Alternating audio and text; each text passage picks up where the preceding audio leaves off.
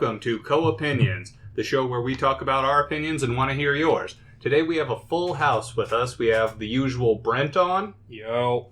We have Mike Wheeler. Hello. And we have Mark Lichowski. Lichowski, but yes. That thing. So we're going to primarily be talking about Halo, but as usual, we're going to go around and talk about the games we've been playing this last week and any little news that has caught our eye. Brent, why don't you go first? Finishing up Dishonored. Still got a little bit to go, but...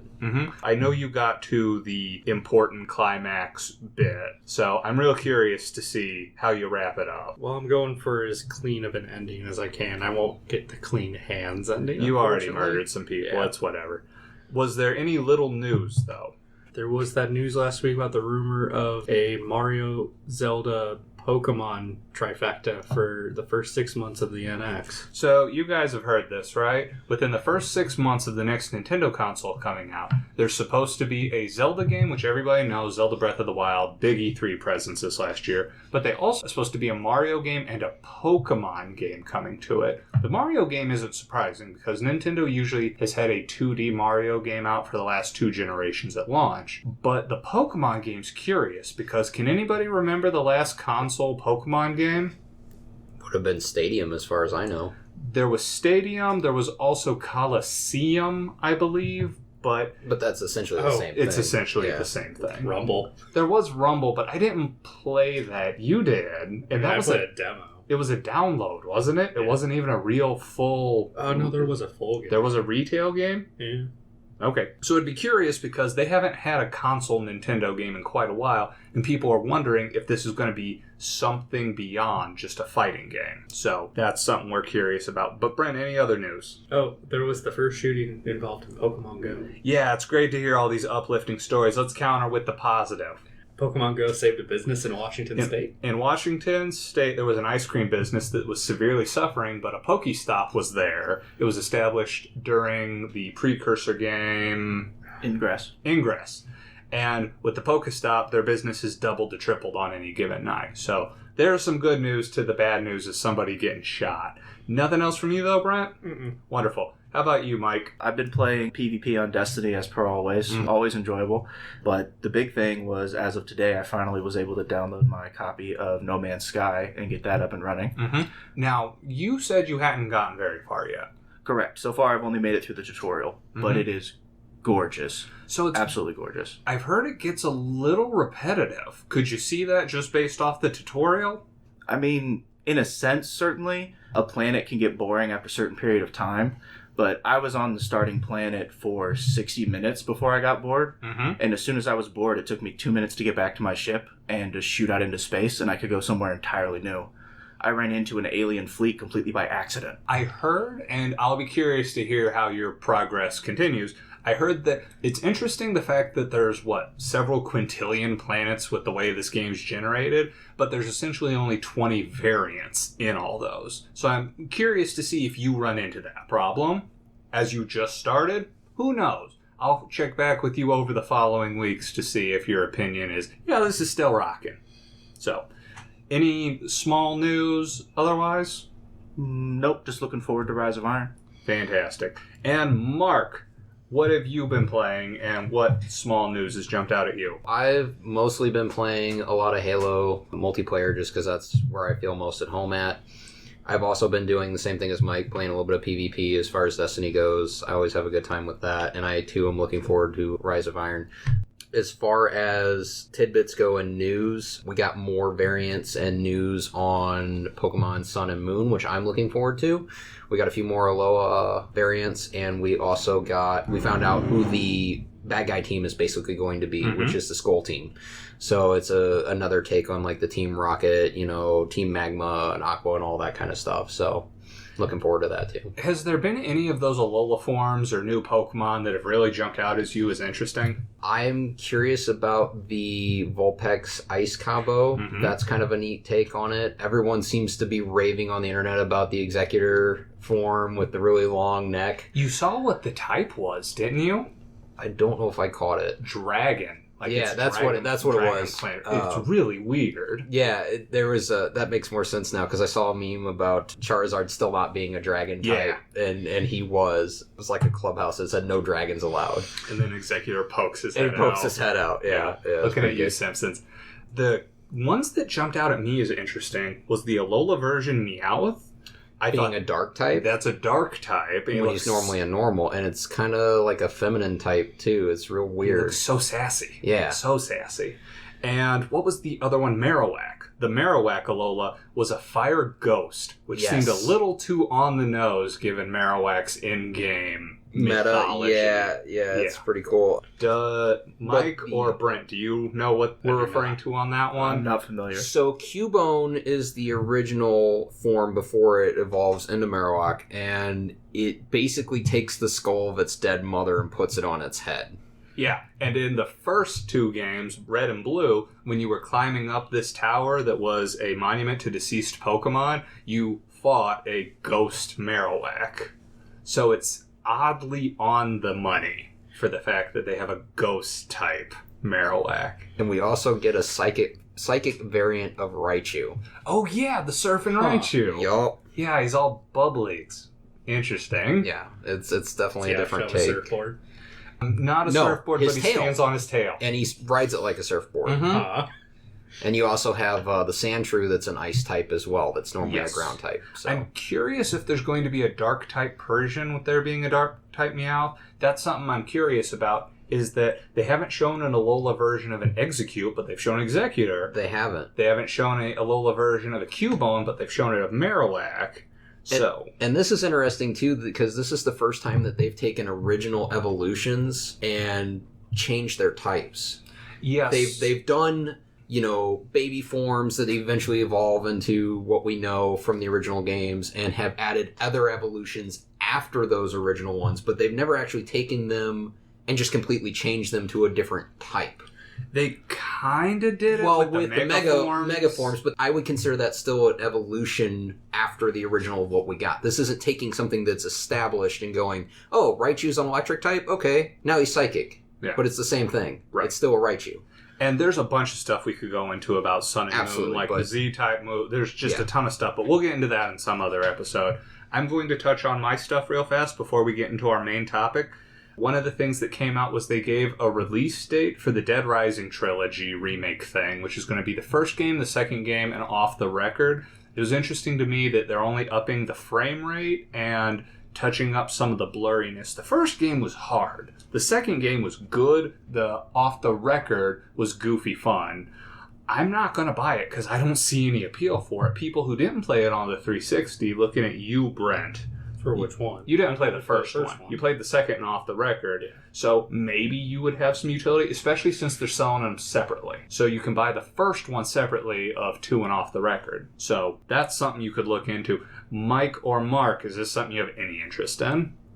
Not particularly. Yeah, not really. I mean, when it comes to that genre, I'm more Resident Evil type, so I'm looking forward to 7. Well, again, another topic we could cover a bunch on, and I'm excited for the BioShock HD collection coming out. BioShock HD collection looks amazing, especially with the fact it has all the bundled DLC in. A lot of people never played BioShock 2 Minerva's Den, the DLC. That was good. great. That was so good. A lot of people didn't play the Infinite DLC. Mike, did you play it? I did not. Mark, you did I not. haven't played Infinite, and that's one of the reasons why I'm looking at this. Is it's the cost of Infinite, but I get everything I love. Yeah, it's going to be really, really good.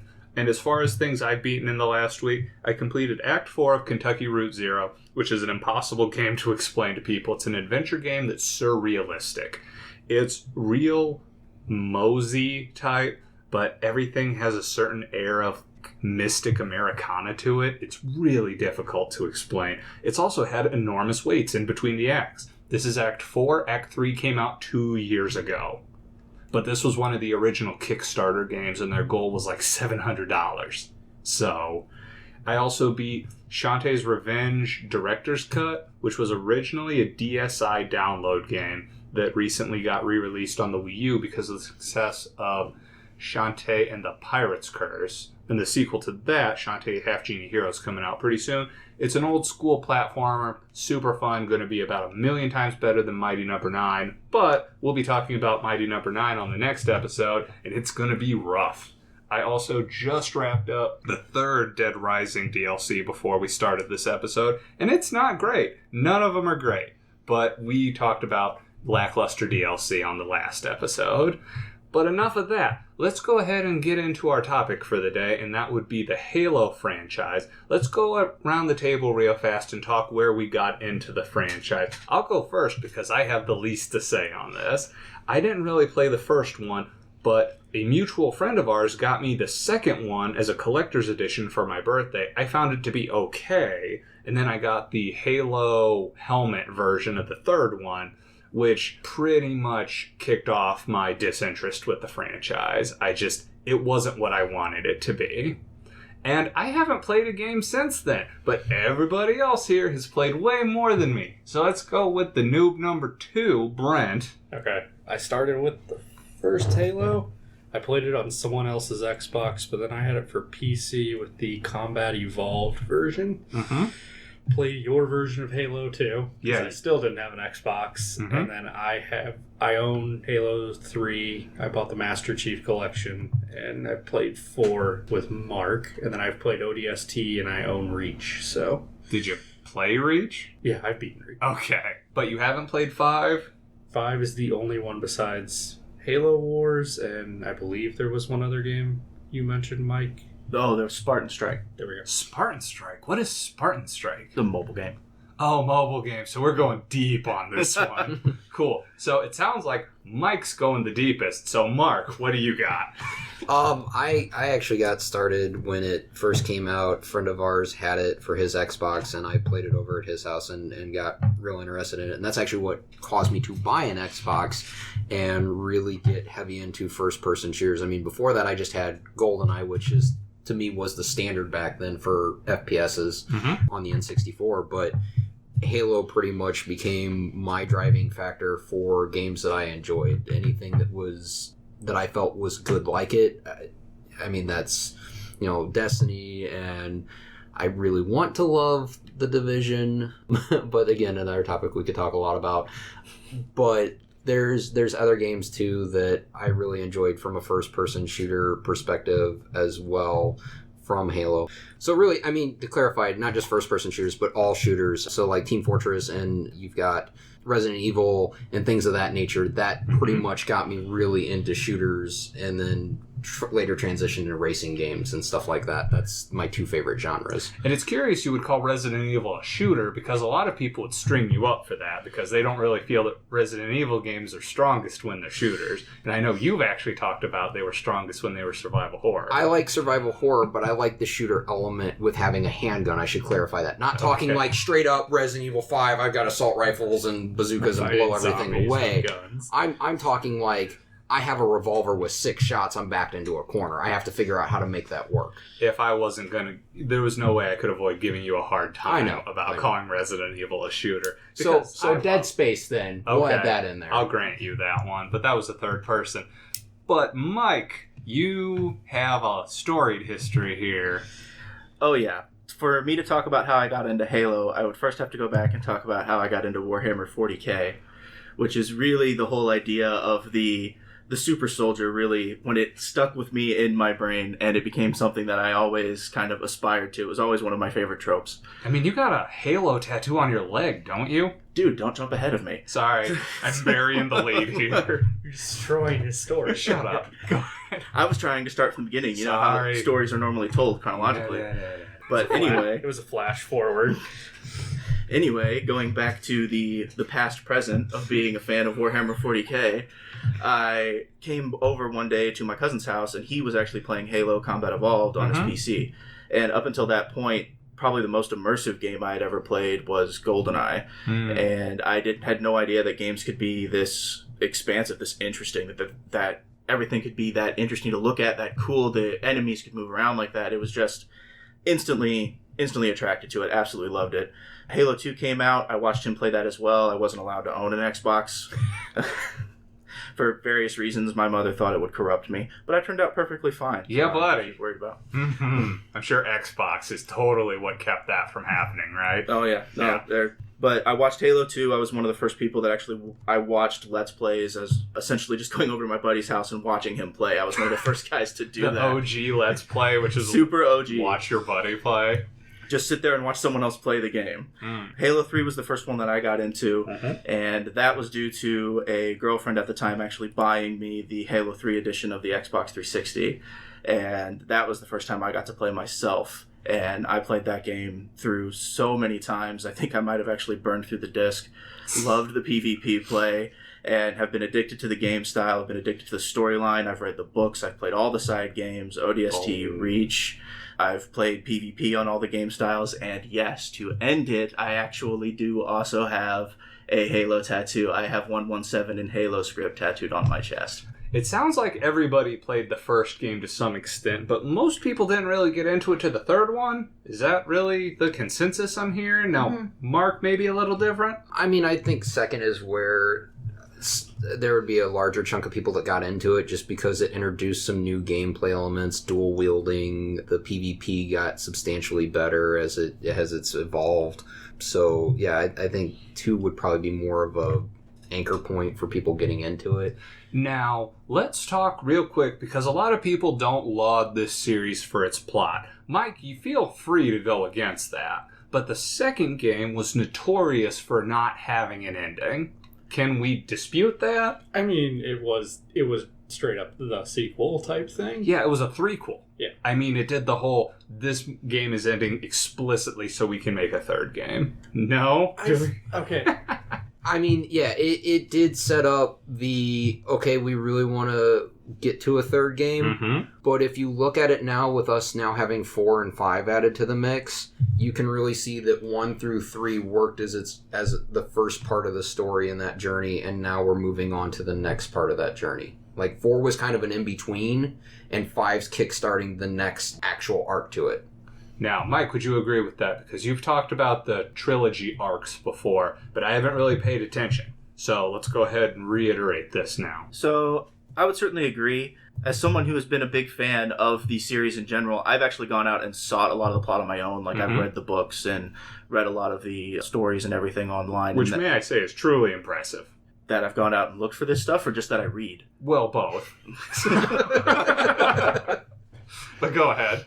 So I would say that I certainly agree that there wasn't a whole lot of story happening in the first 3 games. Certainly the most in the third game when I think they realized what they had on their hands and they wanted to be able to build that universe more.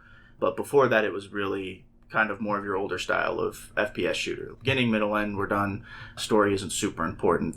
The fans kind of built their own story, and the fans kind of forced Bungie to respond with more of a story, I feel. Now, I could kind of see that because if memory serves right, again, not having really played the first game was essentially zombies in space. It kind of turned into that. Zombies in space, and we have to maybe... I mean, they introduce a threat in the beginning of the game. You're like, okay, these are obviously the bad guys, and you're going through, and then all of a sudden it's like, oh, what's this? Oh, that's horrifying. They take over the ones I just killed. Well, I think defending him jumping off from Warhammer 40k to getting into Halo. I'm trying to stay as upbeat about that as I can, by the way. So, obviously, one of the things was originally Halo was supposed to be an RTS.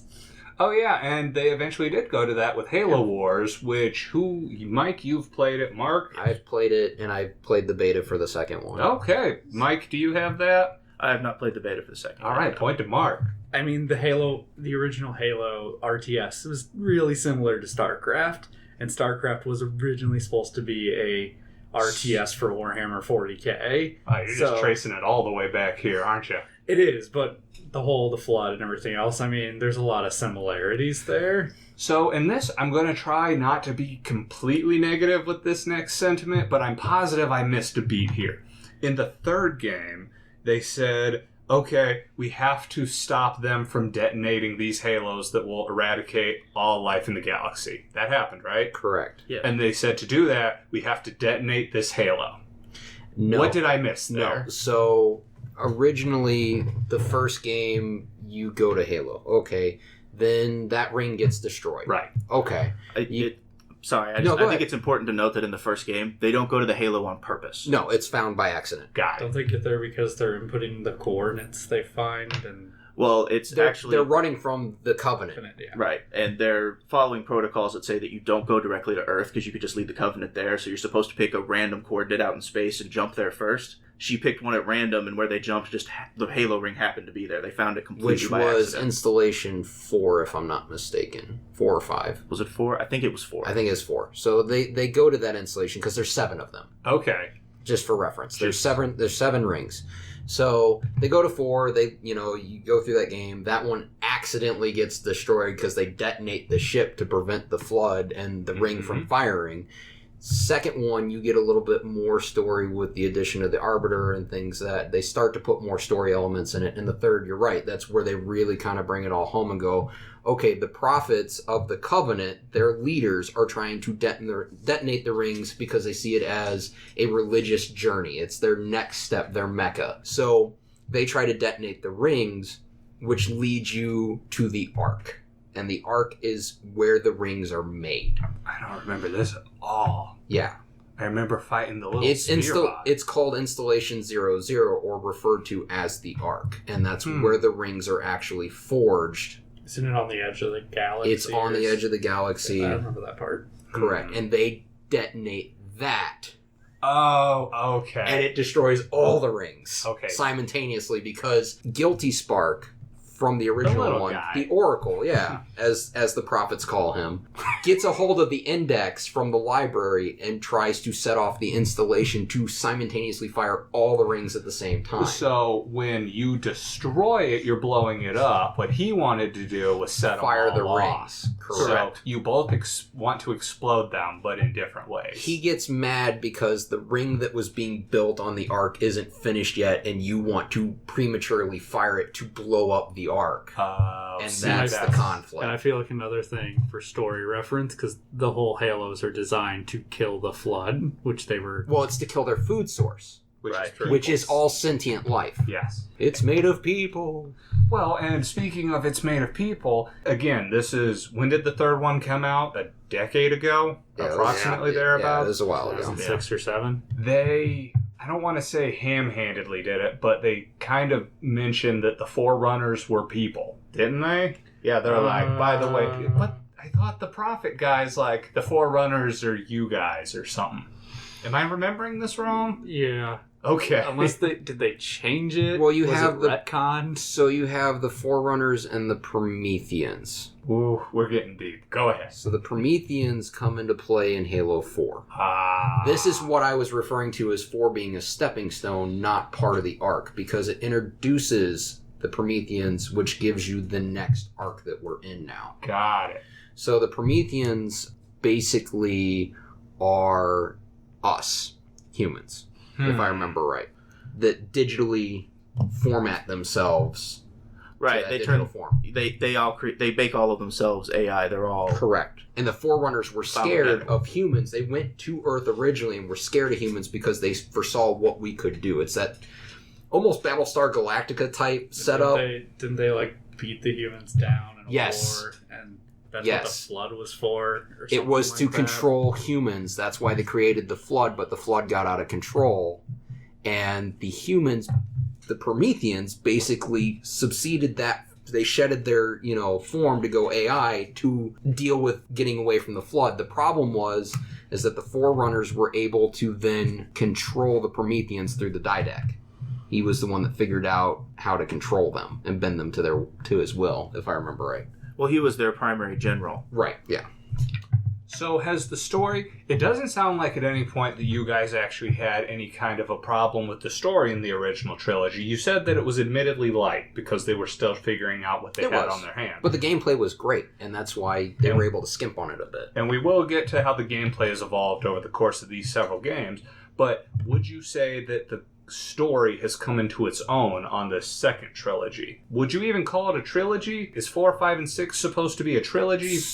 So that's what we really don't know, because like I said, 4, to me at least, in my opinion, feels like a stepping stone. 5 feels like it opens up into another story arc, but we don't know how many games that's going to be to wrap that up. It could be 3 games. It could just be 5 and 6 as just 2 games together as a start and end. But we won't know until we get to 6. So, since I'm the only one who has, what was that, Josh? Who Yeah, hasn't don't played worry Halo. about me on that one. I haven't played Halo 5, and I know we were talking about this once, Mike, and I know Mark has a different opinion, because I refer to it as Transformers movie syndrome, in that any of the story in the movies is solely in the comic books associated with it. Gears of War heavily suffers from this.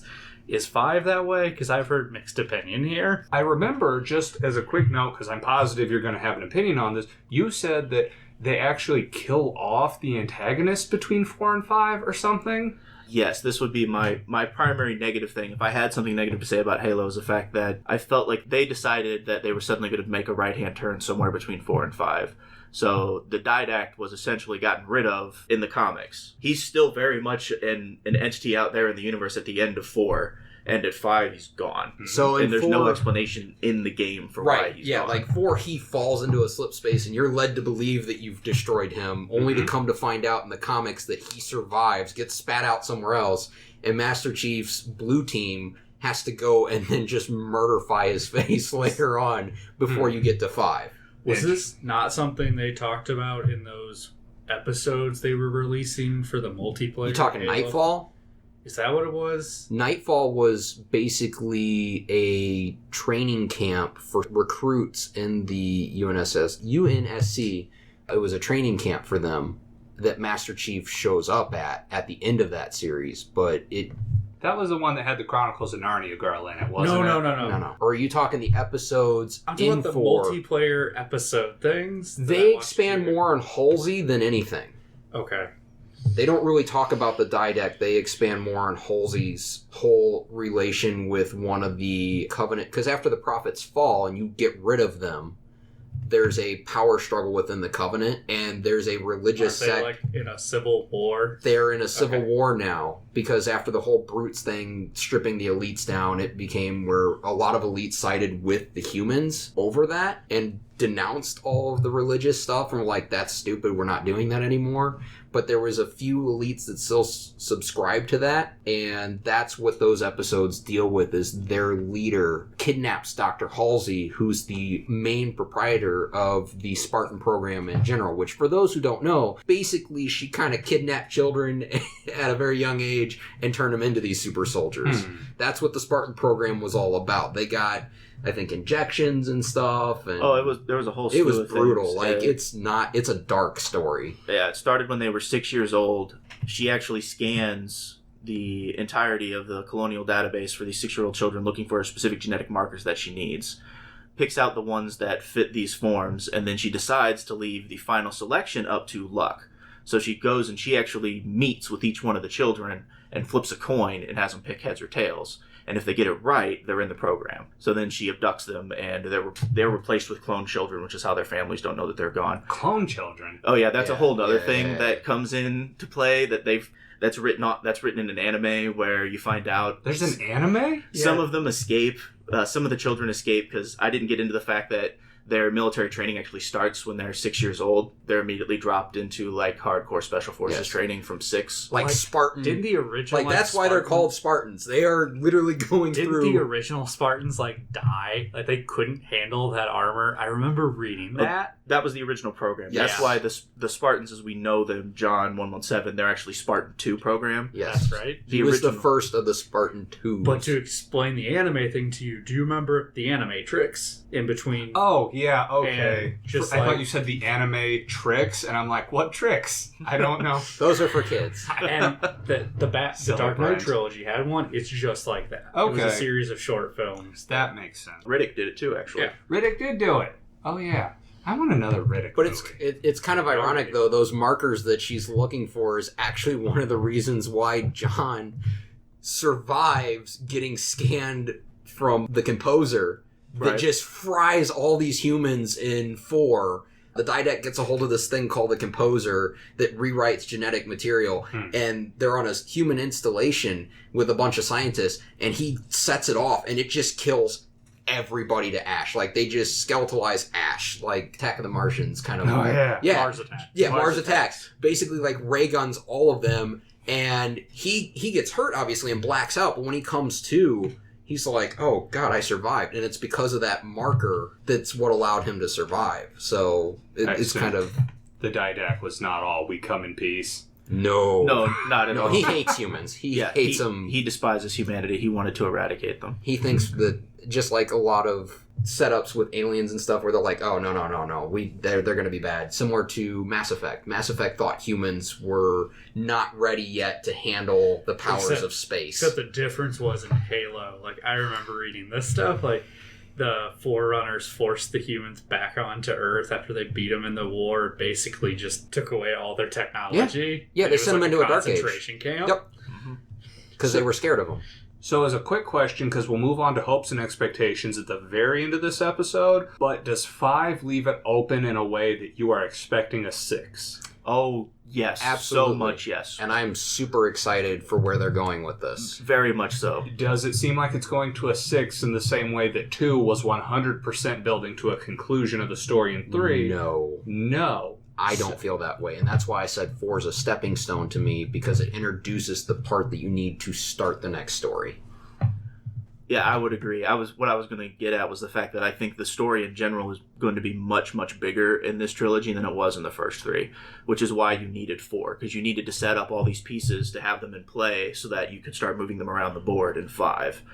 Because without getting into it, because I don't want to give spoilers for anybody that might still play the game, Brent doesn't care about spoilers, and we have long since warned people about spoilers in this, so go ahead. I mean, spoiler alert for the 5th game, in case you didn't pick up on that.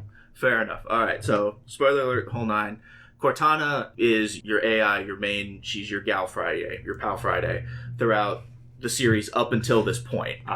There's a stepping stone, a turning point. Does it start in 4, the rampancy?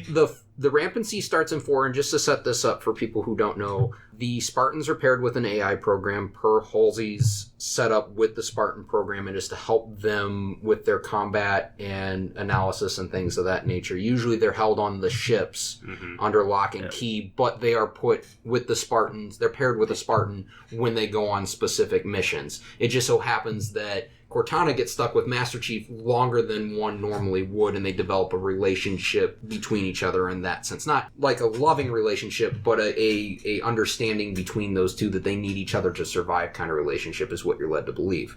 So 4 starts the rampancy, and it's also important to note that this particular AI is an exact copy of Halsey, where the other AIs are not. She's actually an illegal copy. They're not supposed to do that. They're not supposed to do that. So that's where, because Halsey has a very strong fascination with John specifically, and it shows through Cortana in that same sense.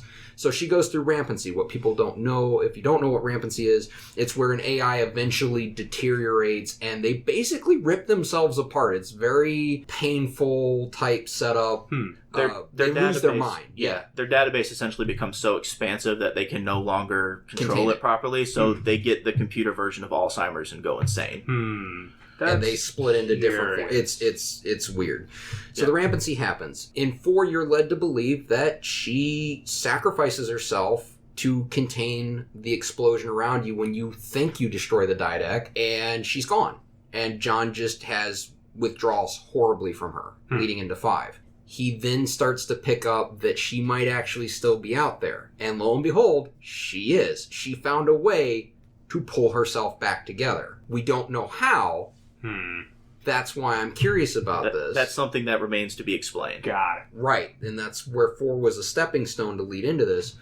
But essentially, she sets in motion what are known as the Guardians, which are these giant Forerunner tech creatures that we don't know a whole lot about. We don't know all of their purpose yet. We just know that they're extremely powerful and very large structures There's supposed to be the thing that was in the E3 trailer. The big thing yes, that the giant thing. that has wings. The and wing thing yeah. that looked awesome. Yes. That when I saw the trailer, Those The- are the what are angel referred looking to dude. as the Guardians since the title. yeah, Yes. and they look super cool. And it's like, oh, this is Halo. I'm not sure I'm in now, but And they are very important. They're essentially, at this point in time, they are what we would currently consider the nuclear deterrent in reality. They're so powerful that a single one of them should be able to control the population of an entire solar system, because they're so powerful that essentially they create peace through assured destruction. got it. Either do what we say, or this Guardian here is just going to glass your whole planet. And she finds all of them. Is there a lot? There are more than there should be. One point, if I remember correctly, during the final sequences of the game, she starts calling them to her, and I think you see at least 7 or 8. There's at least 8 of them. And she calls them forth, and she keeps telling John that she's seen the way. She knows how to take care of everything. She knows how to protect everyone. So what's interesting about this, and this is what's got me excited, is we don't know if she's taken a turn to the crazy and become the villain, or if it's going to actually resolve itself in a manner where we do get the happy ending. Because it could still... Doesn't sound happy, It doesn't right? sound happy right now, but that's why I think this is opening up another story arc that we're far from being done with this particular story that's just getting going, because we've just been introduced to this whole concept. I think their idea is we're moving away from the alien aspects, and it's becoming more mankind against its own technology. Because Cortana is very much a human creation. Right. She's just now become supercharged because she got access to this Promethean technology. It's a throwaway line, but they kind of lead to that's how she was able to overcome her rampancy, is the computer system she was able to access with the Promethean tech was able to help her basically maintain control over her databases, which is why she still claims to be perfectly sane. Even though to all of us humans, she looks like she's gone crazy. Yeah, she's just gone off the deep end. So it's very interesting to know where this is set up and where it's going. I think we'll still see the Covenant, because I don't think they'll ever be able to fully get away from it. But one thing we have finally not seen is the Flood weren't in it. That's At true. all. The At Flood all. weren't in it whatsoever. Well, It's similar to that like always- Gears of War 1, after you take care of the Krill, it's like, But okay, they're But gone. I always Well, took they it as, explained They explain that. But were they Flood not in 4 or 5, or just 5? I always took it as the Flood were gone. I always assumed that when you killed the installations, that's where they're all at. The hive mind. Well, yeah. Well, the I think hive that's where mind they is were. is one of the ancients that controls them. Yes, Does I that didn't mean think there's there was more more than than- one? I didn't think there was more than one left. I thought the whole point was he was the last one. we never get a clear resolution on it though. But Yeah, I just kind I would of call that one of the plot holes, is you don't really get a clear yes or no, but everything in the game that I've seen to this point would lead me to believe that yes, they are gone. Okay. So they were gone in 4 and 5? They, To my knowledge, they never showed up in 4, and they Yeah, definitely weren't in 5. Yeah, they weren't in 5 for sure, and I'm fairly confident they weren't in 4. Somebody would have to check that though. Okay, so are we about good on the story up to now for good? Awesome. Let's move on to the thing that everybody else cares about, the gameplay. I'm really curious how the gameplay has improved for you guys, because both of you, including you, Brent, have talked about playing it competitively. This is an area where I completely lack in, because I am not a competitive FPS guy. So you guys jumped on in 2, 3, etc. 2, what was a notable improvement from 1 to 2 in terms of the competitive? Could you start dual wielding in the second one? Dual wielding was introduced in the second one. I think Um, before we get fully on 2, because I played Halo, the first one, on PC. You played Halo the first one on PC, and I remember you playing it because you kept yelling about people jumping into vehicles and just being total... So, I mean, that killed my just want to play online gaming for years. Just the way people acted online. I'm sure it's gotten better. Yeah. Yeah. Sure. But it did kill it for a long time. But there is notable differences for the first Halo between the console version and There are. the PC version. Gameplay differences. Well, even just online stuff that you're Maps given. were slightly different. On the PC version, you got the fuel rod gun that only the Covenant had in the game, and I was always frustrated by why can't And- I have this awesome gun? And they gave it in Combat Evolved for And the something PC. that's in Halo 2 that I'm almost positive was only in the PC version is the Warthog with grenade launcher on the back. You're of talking it. the Gauss cannon? Not the rail cannon thing. The one that has like the rocket launcher. It's on the Well, back. there's a Rocket Hog. but that one was introduced in 4 or 3, where you could actually have it. Because the only one that was on the computer, if I thought remember only right, the was first, the first one was on the computer. That's where I was confused. Yeah. By the Halo first. 2 was eventually released on PC. I'm going to look this up real fast. We're going to pause. All right, so it looks like Halo 2 did come to PC about 3 years after it launched on the Xbox. But while we were looking up, it came to light that Mark did understand what Brent was talking about. Mark, you want to run down those numbers? So we had the original Warthog that everyone's familiar with the chain gun mounted on the back of it. And what Brent was talking about was a grenade launcher type hog that was in 2. It was a different variant of it. And then later in 3 we get the Gauss hog, which is basically a rail cannon version. And then 4 we get the rocket hog, which actually has like 2 rocket pods on it that you can just simultaneously fire. It's fantastic. And they've kept those variants into 5. So that's just progressively gotten better. Has anything else about the vehicles improved? Because the vehicle combat was pretty significant just starting in Halo.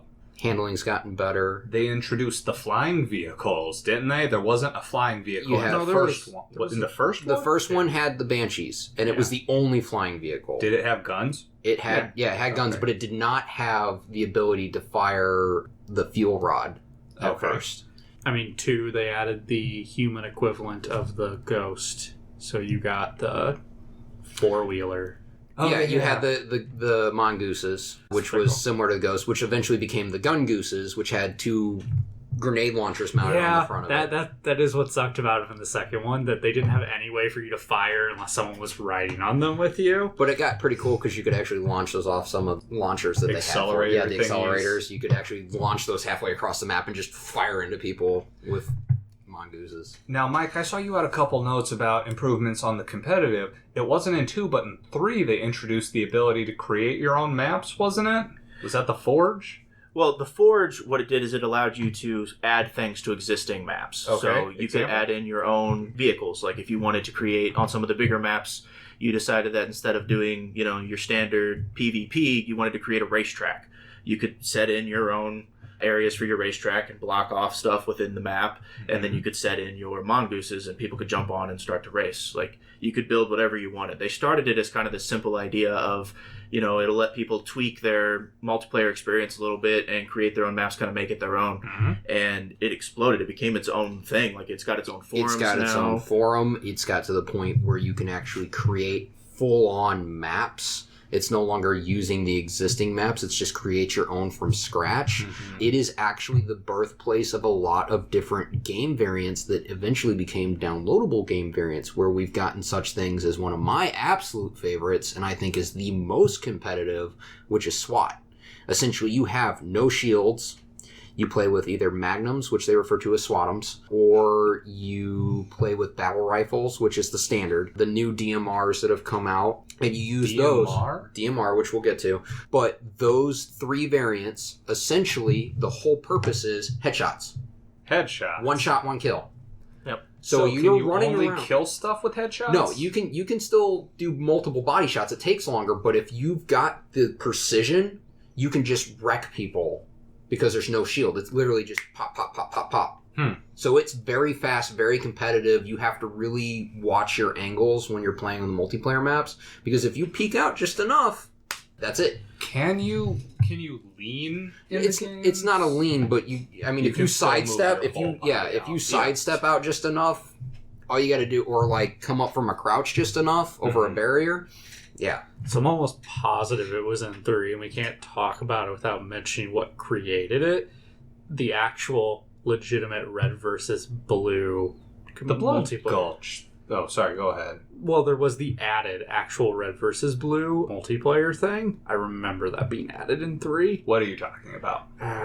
So red versus blue is more of an evolution of a bunch of gameplay ideas in conjunction with some of the camera angle abilities they introduced. Mark, you had a thing about how it was evolving. Right. So it evolved out of the sense of, since we're talking about Halo, it's something we should mention. There is a culture. Rooster Teeth really progressed this whole machinima of filming with using Halo characters in the multiplayer, and they bounced a lot of their ideas back with Bungie, back and forth, and that's really where we kind of got part of Forge, was that they were trying to work better camera angles for their web series, and it actually just happened to line up with everything that we got. In 3, we got the ability to play as elites, which was kind of cool. They then took that away, because in 4, they introduced, as Mike was saying, basically war games. We had the next start of the Spartan program. It turned into war games. It had its own bit of a storyline to it, right? Correct. In 4, they started with the idea of the UNSC Infinity, which is where the war games were happening. And essentially the story is that whenever you're playing multiplayer, you're actually playing as a Spartan 4 trainee in their war games, and that has its own storyline and everything. It's completely separate from the main storyline in Master Chief. So was 4 where they first introduced this idea of multiplayer having a separate thing? Did Reach have anything to do with that? Because I know Reach was a whole different beast, wasn't it? We are skipping over ODST and Reach. We did kind of hop in straight to 4 there, and Infinity specifically and the separate storylines did start in 4. Okay. In Reach, that's where the idea that there were more Spartans than just John started, was in Reach, because that's where you find out about the Spartan 3 and the Spartan 4 programs, which were separate programs from him, which didn't actually happen on Reach, which is why they still exist. More spoilers, at the end of Halo Reach, at the beginning of the actual Halo franchise, the planet of Reach is destroyed. Yeah, isn't it like a big dramatic thing? It Because is. you fight a fight, you lose. Yeah. Isn't that what happens? For people that know the storyline, that have read into the lore, they know that's a losing fight that nobody wins from. It's doomed from the get-go. If you play the first game, you know it's doomed. Right, because essentially Reach was a harvesting type colony on the Outer Rim that the Covenant then decided to just attack. And that's where we are led into the intro of Reach, is them going through that attack, which ends, as Mike said, with the planet just getting annihilated and Master Chief escaping, essentially, with Cortana. It's if I remember right, it's Operation Red Flag is what they call it. And you actually play as Noble Six, a member of the Spartan. They're actually Spartan 2/Spartan 3 team that's brought in order to get Cortana, who you don't know is Cortana, it's just the AI, to Master Chief on the Pillar of Autumn. Pillar of Autumn was the first on the Pillar of Autumn. And that's the culmination, that's the big dramatic ending scene of Halo Reach, is actually you are Noble Six using anti-air guns to shoot down the Banshees and everything that are trying to take out the Pillar of Autumn as it's trying to escape. And there's this it's an endless fight, as you said, because you know it's not going to be won. So the game doesn't really end so much as you just keep playing until you die. However long you last is up to you, because waves of enemies just keep coming until you die. That's got to be decently profound for a series where you just normally murder everything, right? I would think you know what was coming. It is different being on the other end of that. Did it succeed in what it was trying to convey? As I was already very familiar with the storylines they were going to be covering, again, as I said, I read the book, so I was familiar with what they were drawing from for this game. It was very dramatic for me to get to see that, and the fact that they actually officially made it canon that there were other Spartan programs, and we could potentially see more Spartans other than just John, and this world just got that much more expansive instantaneously, that was very exciting for me. I'm still waiting. I'm still looking forward to see how that's going to explode. We'll get to that more in Halo 5 with the new teams coming out, the Spartan 4s. I always found that interesting, since the first couple games always pushed that he was the last Spartan, that all the rest from that program he was. Well, we're led to believe that he was. That's another thing where Blue Team miraculously comes back in Halo 5. Which is people that he grew up with. So let's actually take this as an opportunity to move on to Halo 5. Was there anything else about 4 gameplay you wanted to touch on? Real quick, we did mention that the DMR did come in at 4. DMR did come in at 4. We got a few other game variants that aren't really needed to be mentioned, but they were added to multiplayer. So that was different, for sure. Yeah, I would say the big thing about the DMR coming into Halo 4... What does DMR stand for? Designated Marksman Rifle. Okay. It's essentially a mid to long range rifle. It's not quite sniper rifle, but it's better than your battle rifle. Right. It allows you to in terms of range. As far as range goes, impact, and scope. Accuracy. Right, but it's probably got a longer reload, right? Like, there's got to be a balance. The battle rifle was burst fire, and the DMR single fire. Got it. Right. So it's a little sluggish compared to the battle rifle, but yeah, it's still a great gun. Like I said, it's designed for your mid to long range play, which is my sweet spot for PvP, which I'm happy that it's there. I love DMRs. Yeah. I would say it's probably the most popular gun at the time. For 4, yeah. Yeah. But when the battle rifle got its facelift in 5, which we'll get to, that changed. So let's go into 5 real fast. I know that we touched upon a lot of the story, which apparently was the big change, but there were some mild gameplay changes, so hit me. I would say the big thing in 5 is you move a lot faster. They made the thrust capability that before was just an extra add-on that essentially allowed you to burst forward or burst to the right, whatever direction you happen to be facing. And you could go. It's it's a directional now. Yeah, you can go 15 feet in a quick jump, and you get the Spartan charge. Yeah, so if you line it up instead of a regular melee, you can actually run into somebody like a full-on tackle, and it's a one-hit kill. Huh. Interesting. Yeah, it made the gameplay a lot faster. You could, if you were good with that, if you were good at aiming it, you could move through a level very, very quickly. Yes. Whereas before, it was a lot like your other FPS games where, run to your defend point, kill everything, run to your next defend point, kill everything. Now it's very fluid. It also made the game a lot more vertical because you could move up and down on platforms, which you couldn't do before. And this was climb up. This was great for me because I'm the kind of person that likes to just run right through stuff. So for me, I didn't have to defend or sit in a spot for too long. I can actually just run through people a little bit faster, so that's nice. Interesting. Were there any other gameplay changes? I know you'd mentioned at least one other thing. Seasons. There's the seasons, and then the big thing that I'm going to harp on, and I'll let Mark defend it, is I am not at all a fan of the introduction of the rec packs. Explain what a rec pack is. So I'll let you do it because I don't even. Okay, so Mike doesn't like rec packs. Rec packs are essentially, it used to be you had to level up to unlock gear. Rec packs are kind of a roundabout way of that. You still level up, but you get points for playing between the multiplayer options that they have, and that allows you to have the ability to unlock different rec packs. There's a bronze, a silver, a gold. The higher you unlock, the more gear that you get out of it, better armor, things of that nature. Whenever you're playing in the Warzone type, which we didn't talk about, but I'll cover it real quick. Basically, Warzone is a full-on battle of controlling bases. They have 3 different variants. One that's an assault one that has both teams guarding 2 bases, and you try to take over controls and destroy each other's cores. And then you also have the newest one that was introduced, which I love, is Firefight, where you work with 7 other teammates to take on 5 different rounds, and they progressively get harder as you go to beat it. So that right there is where those rec packs start to shine, where you get different weapons that you can use. They're upgraded versions of the standard weapons. Mike doesn't really like it. I like it. He feels it's a little overpowered at times, but it depends on the luck of draw what you get. Is that the issue you... Well, my issue is actually the exact last thing he said, is it makes luck too big a part of it. Skill was far more involved beforehand. It was based on your player level, leveling up, unlocking things. Now, a noob can get totally lucky and pull a fantastic weapon, get a rocket launcher, without having done anything to have earned it. Like pre-ordering it. But he still doesn't necessarily know how to use it. The competitiveness for me hasn't changed because of that, because if you're good, you can work around it. It creates another element of me having to go uphill with it. All right. Well, I believe, Brent, you had another quick... Right, so the last game, one of the other side games, was ODST, which I liked a lot. I liked Reach, but I liked ODST more. Why? You're not a Spartan. Okay. You're just regular shock troops, basically. Now, what did that allow to be different? Mike? Sorry, real quick. The ODST actually stands for Orbital Drop Shock Trooper. It's who the top of the line soldiers were before the Spartans came along. Another thing is, half the cast of the game is half the cast of the show Firefly, which I saw Nathan enjoy. Fillion was in. And Alan Tudyk? Alan Tudyk and Whatever. Adam Baldwin. Oh, I'll be danged. You respect Wash. Of course you do. I am a leaf on the wing. One thing I really enjoy about that game is My inevitable betrayal. you get a really good size perspective on how big Master Chief is. Did you enjoy the games just so you saw how tall he was? No, I liked it a lot because you didn't have all your super powered fighting. You were just regular troops. And I know you spoke to that a little bit, Mike. When it originally came out, I was very excited for that reason. It actually, the first time I played through, it was kind of difficult for me. It's something we were talking about earlier, where I forgot that I wasn't a super soldier anymore. I couldn't just run into a room and slap Grunt to death. I actually needed to plan out my attacks.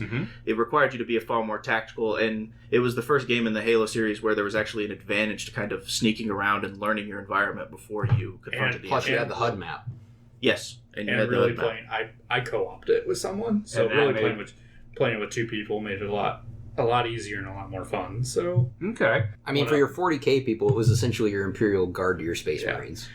Yes. Man, One other note was like he's talking about the grunts. You got the real size perspective because when you're Master Chief, the grunts are like your shin high, but when you're a regular person, these things are at least like a 4 foot tall person. So you really understand how big Master Chief is compared And the brutes are just towering. Yeah, it's terrifying. Live up to their name, huh? Yes. Yeah. Wonderful. Was there anything else about ODST you wanted to talk about? Because the different perspective does sound really interesting, and I'm curious if they'd go back to that in any Well, capacity. some of the cast to that game was in 5. Yes, Buck, who is one of the main guys in ODST, is actually one of the troopers who is... Who voiced him? Oh, Nathan Fillion actually voiced Buck. He comes back as one of the Spartan 4s in Halo 5. Is that significant? That sounds significant. It's substantially significant. They allude a lot to the fact that Buck is meant for much bigger things than where he currently is in life. So we may see that progress more later on in the series now that he's a regular character. And he's now a Spartan. And he is now a Spartan as well.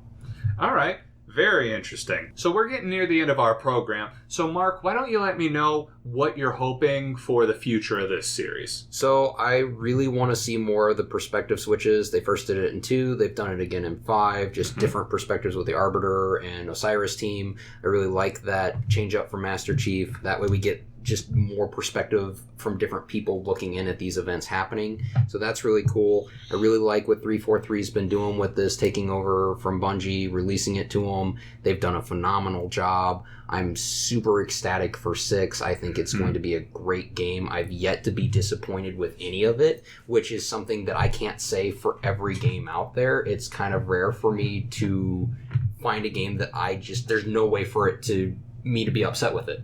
I've yet to hit that point. I think it will be a cold day in hell before that happens, for me at least. So, and more with Warzone. Just more with that type of multiplayer departure from just the standard Slayer and different variants with just 4 or 8 people and even the big team, but introducing co-opting, not with a storyline, but just a common objective against AI is a new departure as well. And I want to see more of that as well. All right. Well, hopefully we'll see something relatively soon about Halo. It's one of their tentpole franchises. Probably 2018. Yeah, well, I have absolutely no frame of reference. But Mike, hopes and expectations for the future of the series. Well, to build upon what Mark said, I would say I as well am very happy with the way 343 has taken it. I was nervous, but they've done a fantastic job. Their remastered editions have been great, and so far everything we've seen from them has been fantastic. So I'm not worried about that anymore. I am also very much looking forward to the evolution of the universe, getting to see this universe build from the perspective of more people than just John 117, getting to see it from the eyes of Fireteam Osiris. The fact that they keep bringing in more characters with Buck and Spartan Locke, and the fact that Spartan Locke was introduced in a movie before the game ever even came out, and they're tying all these different media types together. Absolutely fantastic. Can't wait to see where that goes. I also wait on bated breath for 6, specifically because we finally have an emotional antagonist. We are very emotionally tied to Cortana and seeing what's going to happen to her, whether she's going to go dark side. If she goes dark side, are we going to end up rooting for the dark side? What's going to happen? I am super psyched. All right. Well, it's great to hear such positivity. That being said, we are at the end of our program for this episode. So, Mark, thank you for coming on. Absolutely. Mike, thank you for coming on. Certainly. And Brent, it was great having you. Yep. So that is all for Co-Opinions. Don't forget to hit us up on our socials and let us know what you think. And we will catch you next time.